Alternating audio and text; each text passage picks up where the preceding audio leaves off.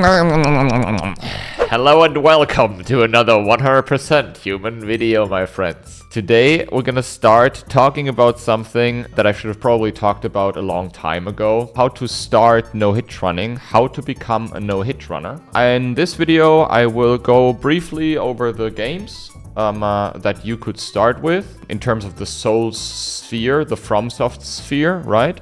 What tools you need, how you should go about it in the beginning, of course. What is the best way of starting a no-hit run or creating a no-hit run for yourself? There's plenty of From Software games you can choose from.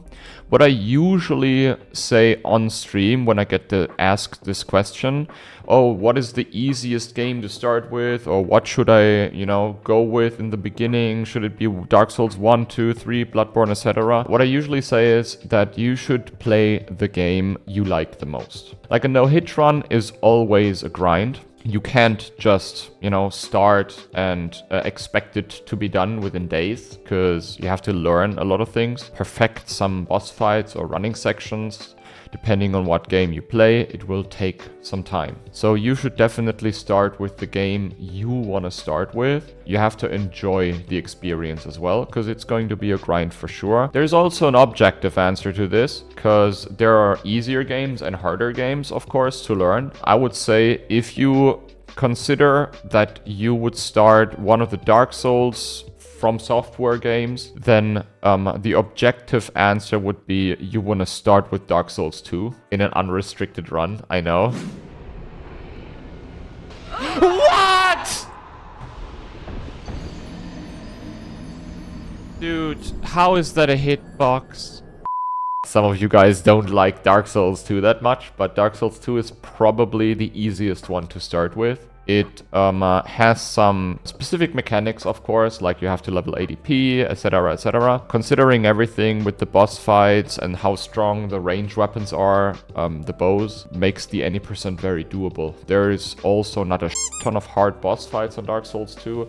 The movesets are quite limited. You will be able to learn it relatively fast as well. It's a very straightforward run as well. So I would say objectively, Dark Souls 2 is probably the easiest entrance. Not everybody likes Dark Souls 2. So let's briefly talk about the rest of the games as well, I would say, right? The beginning would be Demon's Souls. Demon's Souls is in terms of learning a no-hit run, I don't know, it's not difficult, but there's a lot of information you need to know about Demon's Souls, because what's difficult on this game is the running sections mostly. There's a million, difficult areas you have to navigate through, and it's not that easy, unfortunately. There are also tools like Hidden Body and Soul Remains, which is the equivalent to the skulls, right? And you can just buy them unlimited and have always 99 of those in your inventory and throw them everywhere. But it's still not easy. Also, if you play Demon's Souls on the PlayStation, it's not as easy for you to set up save games. So you have to pick and choose, or maybe use the emulator, because there's an emulator for the PC for the old Demon's Souls, and you can play that on 60 FPS. You can also choose to do that then, which is pretty nice, actually. If you do that, the save game option would be much easier for you, of course, since you can just do that with the emulator itself. In Demon's Souls, you basically have to kill every single boss except for the Vanguard, which is in the tutorial area. So the any percent and the all bosses run on Demon's Souls are extremely similar to each other. Dark Souls 1, I would consider a little bit harder even than Demon's Souls. The boss fights in Dark Souls 1 also quite straightforward, but it has one real banger in it, and that's Ornstein and Smough. Even though you can burst them real hard on the leveled run, I would say is still a difficult fight, There is even a strat at this point, I believe, where you can script Ornstein and Smough, which would make the fight obviously almost free if you learn the script. If you choose to fight them and learn them, if you want to do a lower damage run at a certain point, you need to learn them anyways, then you will have a little bit of a difficult time, because they create scenarios, an endless amount of scenarios where you can get hit in.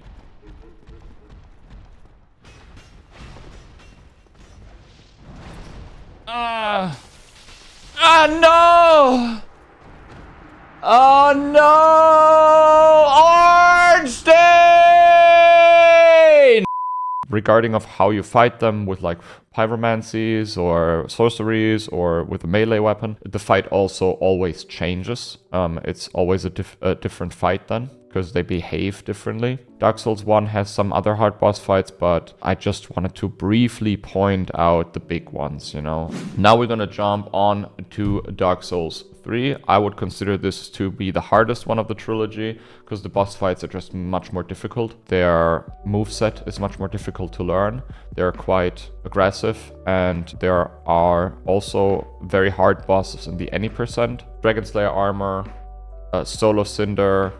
The Deacons were pretty hard at the beginning, but with the new Deacon strategy with the skulls, these are also quite straightforward. The rest of the bosses is also not easy, don't get me wrong, okay? Like, it's not like Pontiff or Yorm or whatever is an easy fight, you have to learn that as well. Usually we parry Pontiff and you keep him in a loop, but you have to learn it, and it's not as easy as you might think. I think that Dragon Slayer armor and Soul Cinder are just the two hardest ones. Bloodborne, again, it's similar to Demon Souls. I mean, not the gameplay is similar. It's just that you can't, you know, make save games as easy. There is an emulator for Bloodborne at this point, I believe, a PlayStation 4 emulator, but it's not easy to set up. I haven't done it myself. Also, you need like a pretty good PC, I believe, to use it well. So that would leave the PlayStation 4, PlayStation 5 option for you. And yeah, then you have to set up save games with like a PlayStation Plus account, I believe, where you can like save onto the cloud, or you use a USB stick, and that's just difficult and it takes a lot of time. Or you just do full runs, you know. The Bloodborne any percent luckily has only one very difficult boss fight, and that's the Shadows of Yharnam. Bloodborne has a mechanic that is called the limb stagger mechanic, and that allows you for most bosses to just cheese them basically, or stagger them through the entire fight. Even on lower damage you can do that pretty well. And the Shadows of Yharnam are difficult. It's a very long endurance fight, and you have to learn it and fight them a lot, and then you'll be able to execute it well at some point, but this is the make or break, you know. After Shadows of Yharnam, you're always on a good run, and you can just hopefully push through the rest without any problems. Sekiro is the shortest of all runs, has almost no problems with any running sections, and has very hard boss fights. Almost every boss fight in Sekiro is hard. I'm gonna try to be brief here because there are a lot, and you have to perfectly parry every single attack if you choose to do so, and that makes Sekiro very difficult. Every boss fight getting progressively harder, of course, ending on Emma Ishin, which is a very deadly combo on the any percent run. Elden Ring is also on the leveled run very straightforward, next to Dark Souls 2 probably the easiest one. What you need to learn about Elden Ring is just the vastness of the options you have and what you can do on Elden Ring in the beginning, because there's so much you can pick up in the beginning, right? And set up your character and make it really strong before you fight a single boss. That's why Elden Ring is pretty much, you know, all the way through almost scripted. Few bosses you have to actually fight on Elden Ring. Everything else is kind of scripted, and you can just like burst through with a very strong character. I think the hardest boss fights are Malikath, Horalu, probably. Elden Beast Radagon is also scripted, depending on what weapon you choose, of course. That was all the games, and now we're gonna talk about the tools you're gonna use. Tom also is going to put the links down below if you want to use those tools. First and foremost, I want to talk about the community itself.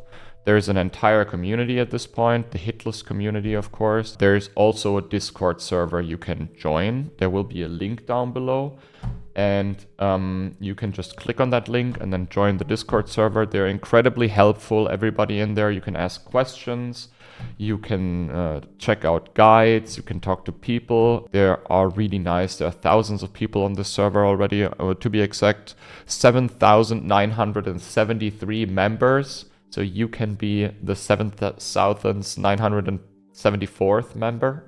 if you joined today. It's a very cool community. I'm part of this community for a long time already, and I hope you join as well. There's also a channel called On Pace, which is a really cool channel. If you're on pace on your no-hit run, somebody can post you in there, and then other members from the hitless community can see that you are on a really good run, and they can choose to join your channel, and maybe, you know, you find some new friends on twitch.tuvalu. Next thing I wanted to mention is the website, the Team Hitless website, where you can find also guides, other runners and their runs and achievements.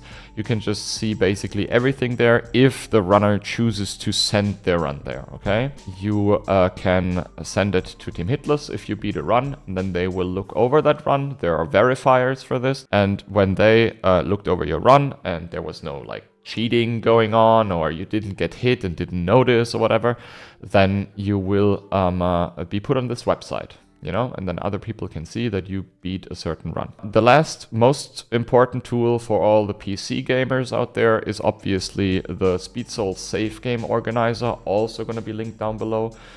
For all the PC stuff you use, you can just use it to set up save games. It's super quick and easy to do. And I'll pull, or Tom will put the link down below, so you can just download it there and use it for yourself. Okay. Overall, I think that is it. I think I'm pretty much talked too long, right? I'm sorry if I'm rambling a little bit. I hope you enjoyed it, and I hope it helped as well, you know? So you can start no-hit running yourself. I wish you all the best. Good luck on your first no-hit run, second or third. And I'll see you guys hopefully in the next video. Make sure to comment and subscribe to the channel, guys. Love you. Say it back. Cheers.